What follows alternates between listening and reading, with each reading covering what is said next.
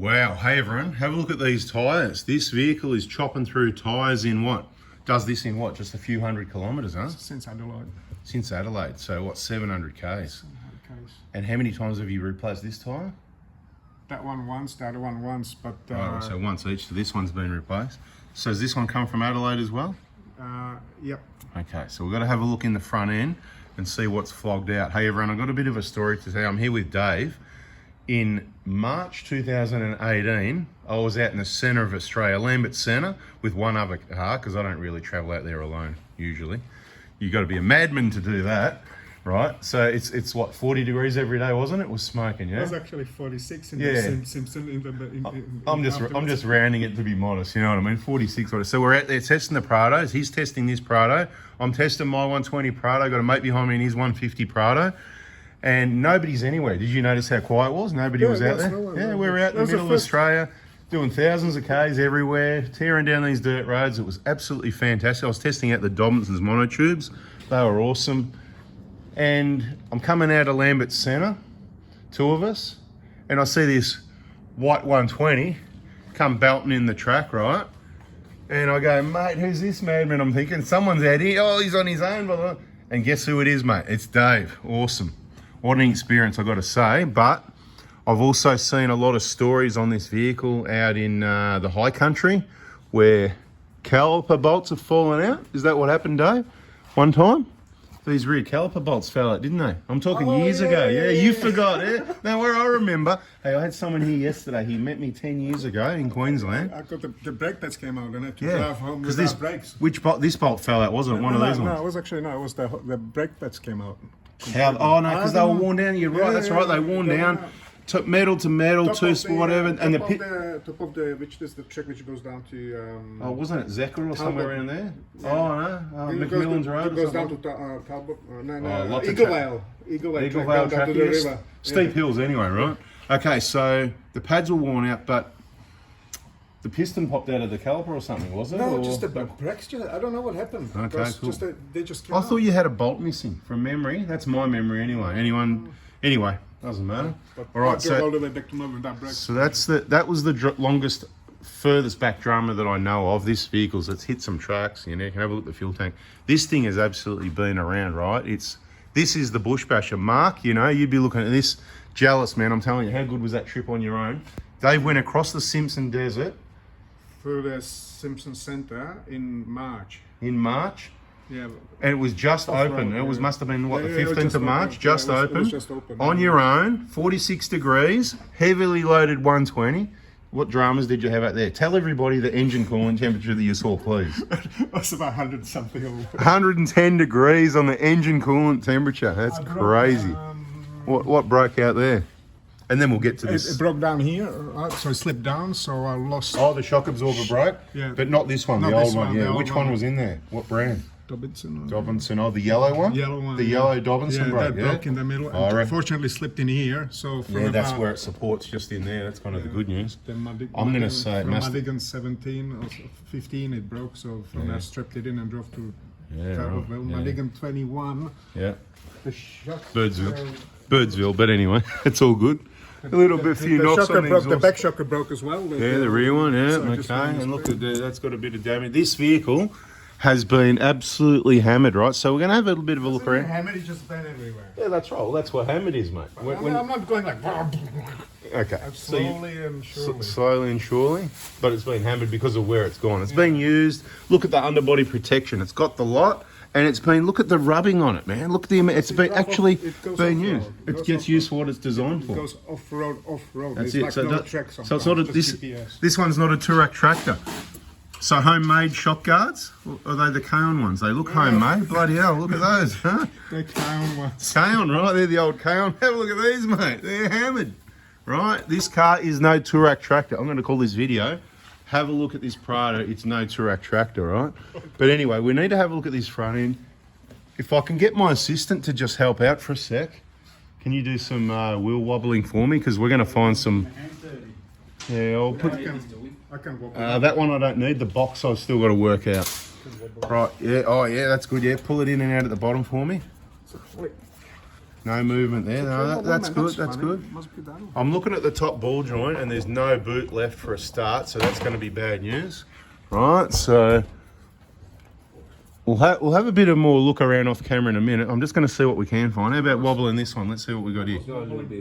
Oh, hang on, go again. Okay, this one, the inner rack end's totally flogged. That's got like 3 mil in it, so that'll be a problem. Let me see up and down for the wheel bearing. No, it's nothing. Nothing. This seal's pushed back. That's kind of not quite right. That's This one wobbles on the. look for this. Yeah, that's it. So can you do me a favour? That's why the tyres are going to be wearing. Yeah. Remember I said inner rack end, lower control arm bushes before I even put it up. But let's just do top to bottom. This one's even worse. Yeah, Oh, no. because I fought with it from, just on the freeway, just go left, right, left, right, left, right. Just do top bottom for me, please. Yeah. Nothing there. So bearings are good. Have you replaced the wheel bearings on this? Yeah. They've been. Did you get them from me? No, maybe not. That's sorry, all right. I got it That's from- all right. It doesn't bother me. It's all good, mate. I can't do everyone. This is the thing. The people that listen and they want the best. But I follow your instructions. Did you get some eBay ones or something? No, I Cheap, got cheap? original from. Did you? From Middle East. Okay, cool. Oh, overseas order. Beautiful. All right, see this seal here on the CV drive shaft. I don't know what's happened there. That's that backing one that normally it's more folded over that. I'll show you. Check the playlist, vehicle service inspection playlist, and you'll see some of these how they're meant to sit. All right, can you do me a favour? Can you wobble this again one more time, side to side, just so I can directly show people. It's not your tie rod end out here. Mate, it's your CV as well, right? But keep doing that, it's all right. One thing at a time. I just want everybody to see this. Keep giving it the big wobble, please. The inner rack end. I'm gonna go to the parts shelf now and show you what I'm talking about. Parts department, right? There's the boot. This is what I'm talking about. The inner rack end, genuine parts, right? That ball there, that's what's worn out because of the way the vehicle, I'm gonna say gets hammered, but it gets used off-road. It's no TOORAK tractor. Okay, back to the car. Yeah, I reckon you got play in the drive shaft as well. It's hard to tell. I just feel as though something else is, besides that, I feel there's something else moving in here that's not meant to, but we'll try and figure it out off camera because it's hard to do holding a camera, and we'll let everyone know. But this is your number one concern because you cannot do a wheel alignment if that's got play in it because, Yeah, what hey, they look, you know, you can see what's going on. And when you drive down the road, just for everybody that doesn't get it, what happens, the reason why most wheel alignments are set up with toe in, that's because ideally you want your wheels facing straight ahead pretty much. But every car setup, steering components, wear and tear, older cars had more toe in because it can move. And when you drive down the road, it pushes your front tyres outwards, which means it would toe out, if you know what I mean. So then they set it up with toe in so that when you drive, it sort of straightens out, if that makes sense. If you're not sure, maybe just give it a little bit extra toe in if you've got a lot of play there. That's more than a little play. Yeah, it's heaps of play. It's out of control, right? I'm saying if you got it. So somebody could have like $500,000 of play here and go, oh, I can't afford it at the moment. Those genuine inner rack ends, they're $300 or something so each, and then you may as well do the boot and I do the clips, and then I go, you know what, these are cheap, do it while you're at it, it's all coming off. Anyway, point is, if you wanted to drive this car a distance and you know, say you're on a trip, say you went across the Madigan line and you flogged your inner balls like that, and you need to get home, well, what you do, you go in somewhere for a wheel alignment and you help them and you say, you do the wheel alignment, you're not too worried about the car. So this controls how the car drives, the camber and the caster. It's the toe in is what's going to be the wear or the worn steering components. So what you do is you help them. You stand there and you push the inside of the tyres at the front with both hands. You push it apart, right? So then it's going to be on toe out. Do you know what I mean? If you stood there, go and demonstrate for everyone.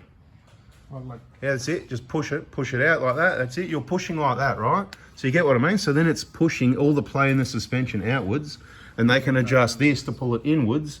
And as it's sitting here on the hoist and the wheel, it might not look right as soon as you let it go, but once it's on the road, the vehicle, the pressure pushes on the tyres and it pushes them out. So that's what you need to do. If you've got worn flogged suspension, badly like this, obviously don't drive, call a tow truck if you can, or that sort of thing. This is the worst I've ever seen, all right? Sure. All right, so let's put the camera down. Let's have a quick look at these other bushes as well, though. Oh no, so you did replace those genuine bushes, yeah? No, I replaced the whole arms. Oh, you got the whole arm, okay. Round it out because Oh, beautiful. All right, just thought we'd check those as well because everybody knows these crack. But that's a few years back. Yeah. No, I think they're all right.